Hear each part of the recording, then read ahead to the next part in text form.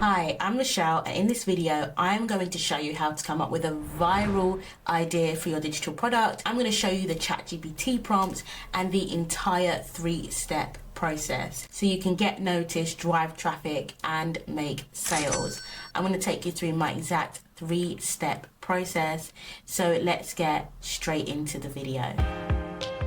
So let's start by answering your deeper question. You didn't just click here to find out how to create a viral digital product idea, although you will. You also are probably wondering, do you know enough to create a digital product? Will people actually buy this from you? Will this work? Will you make money? And could you really make a living from it? Like, could this be something that could replace your 9-to-5? And as someone that has struggled with those same doubts, those same worries, and still went on to build a 6-figure business selling digital products, today I want to give you some real and practical advice so you can actually create digital products that sell.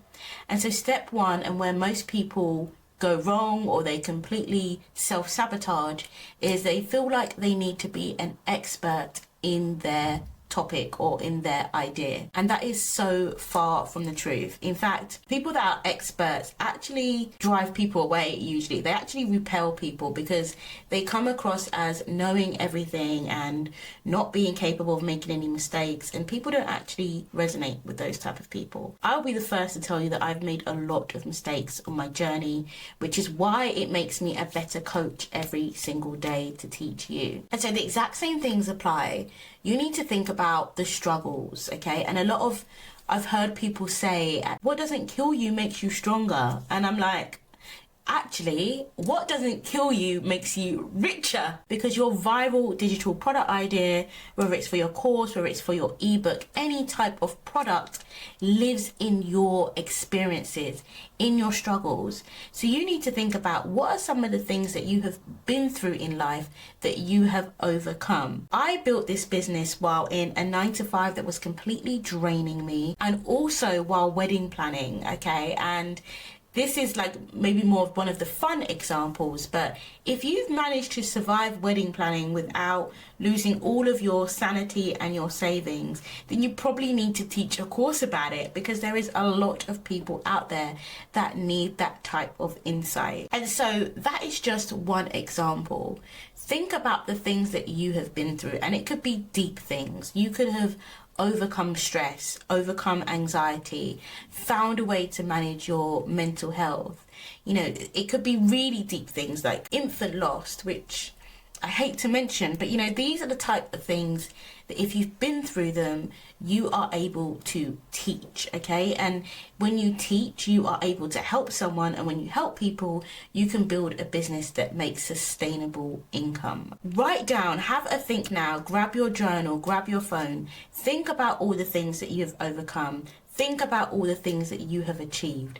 If you're stuck, ask your family, your friends, your mom, your dad, your sister, your husband, your wife. Ask them things that you have gone through, and also ask them about things that, what do they come to you for advice on? These are often experiences that you have gone through. All you need is a lived experience. I want to give you one more example of a student that came to this country from Ghana with literally the clothes on her back.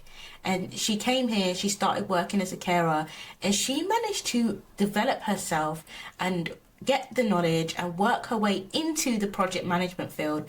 And not only that, she has since risen to one of the top levels in project management. And this is all within just a couple of years. And so that's a great journey. And she is now putting everything she's learned and she's monetizing that, and she's creating courses and she's creating guides on how you can do the same. And so it doesn't even have to be anything as massive as that. It's just a lived experience that you can talk about authentically and that you can talk about passionately. Okay, so now that you have a few ideas of what your topic may be, it's time to learn how to turn these into viral ideas. And so we're going to jump straight into ChatGPT for this. Okay, so we are inside ChatGPT, and I'm actually going to be exposing one of the prompts that I have inside my community, which has all of my training, all of my prompts, and you actually get to work with me with group coaching, so you never have to figure this out alone. But if you just want to grab the prompt, that is okay, because I want you to create an amazing digital product. So this prompt is going to take your ideas and it's going to turn them viral.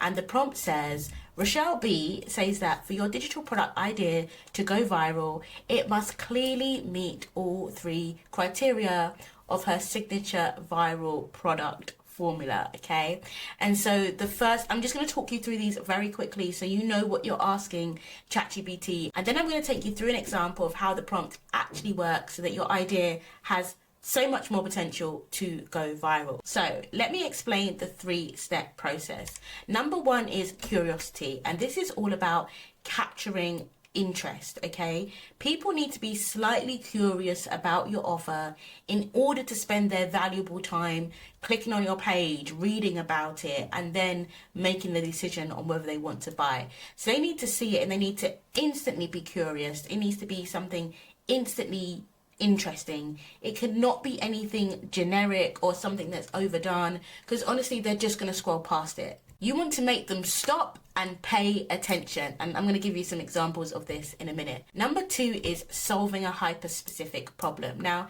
it's not just enough to solve a problem.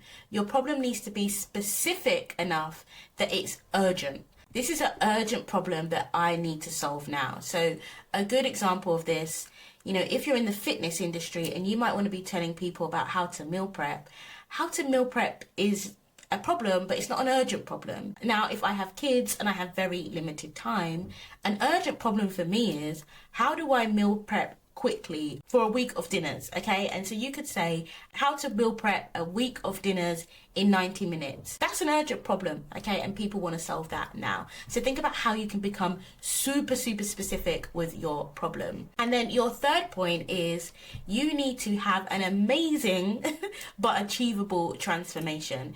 Your product needs to transform your customer in some way. So they need to go from a point A of struggling with their problem to point B overcoming their problem, and that is what we call a transformation in marketing. And your transformation needs to feel amazingly exciting to your ideal customer, but also achievable.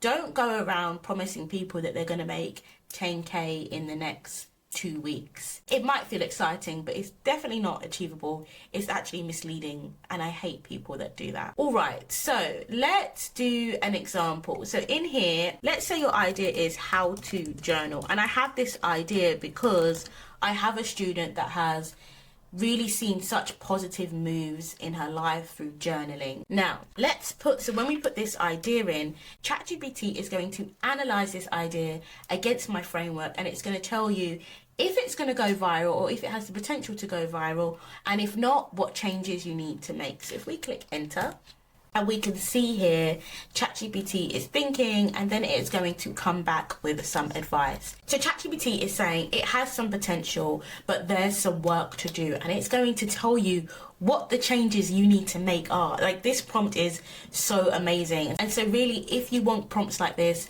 you need to be inside my community. They're going to change the way this journey works for you. Okay, so the first point, ChatGPT is giving advice about how to improve the curiosity factor. So it's telling you that how to journal is too broad, and it's saying that it lacks a unique hook, and it doesn't immediately spark curiosity because it feels like it's general advice rather than compelling must-know concept. So it then gives you some advice on how to improve it. So like how you can make it more unexpected, more benefit-driven, or ultra specific, and it gives you some recommendations.